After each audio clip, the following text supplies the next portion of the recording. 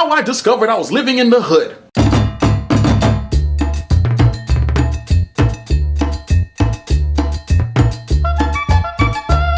Hello everybody, it's your boy Renan, Estime, giving you life and relationship advice so good, it's bad. If you're new to this channel, make sure you hit the subscribe button and the bell notification so you never miss a video. Let's get down to business. For everyone who doesn't know, I grew up in a city called Pompano Beach.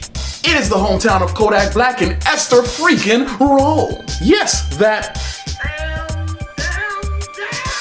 is a Florida thing. When I first came into the country from Bahamas, I had never heard of Pompano Beach. I was 5 coming from an island full of black folk, so the only strange thing I could remember is how weird Caucasians looked to me. And I was also confused on why I couldn't see the beach anymore. To be honest, I didn't see a Florida beach till I was a teenager. Everything seemed normal growing up in Pompano.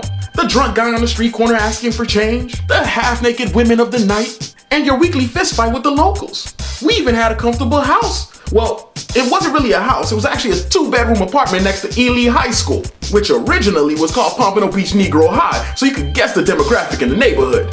In that 2-bedroom spot, we had mom, pop, and 6 kids. Yes, I have a lot of siblings. Until today, I still wonder why it took them so long to find me during hide and seek. There was only 3 spots you can hide in. Well, anyways, it was good for a Haitian immigrant.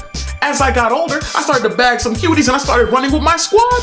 But one day, my homie Russ came over and told me that he met some girls online and he wanted me to slide. I was down with it, of course, and hopped in his old Chevy. I also had a bottle of cologne in my pocket because his car always had a fish-like smell. As we drove towards the highway, I noticed he took the north ramp, so I assumed he was headed towards Deerfield, which is the next city over, which at the time had a nice amount of melanated people. Shout out to Deerfield Beach High School and everyone who graduated with me, by the way.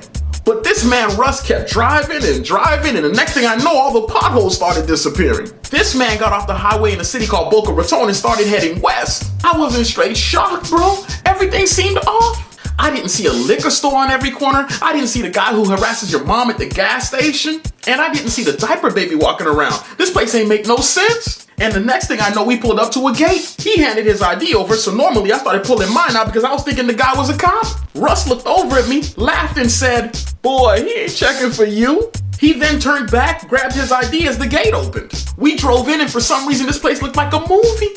The grass and trees were cut the exact same way. They had a lake in the middle with clean ducks. I'm not talking about no pigeons. I'm talking about quack, quack. He then told me to roll my window down completely so the salmon smell could get out. Next thing I know, we pulled up to a giant hotel with a pool, which I later found out was a house.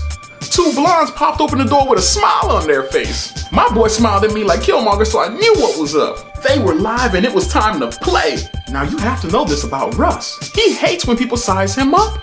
I know you out-of-towners love to look people up and down, but do not do that in Florida.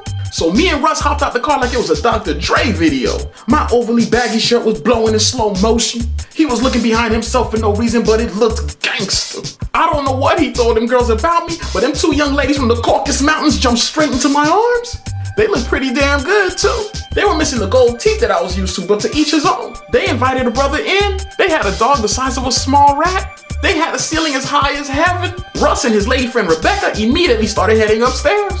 I was wondering if I should head up also, but he turned around and gave me the Michael Jackson Thriller look back. So I told this girl, whose name was Lauren by the way, that we could vibe down here. She then led me to a living room area that was nicer than some condos. She was smiling ear to ear like it was cheerleading practice. And to be honest, it made me uncomfortable. Something just seemed off. So I started asking questions like what school she went to and where does she hang out around here. But before I could fire more at her, she said, "Are you like from the hood or not?"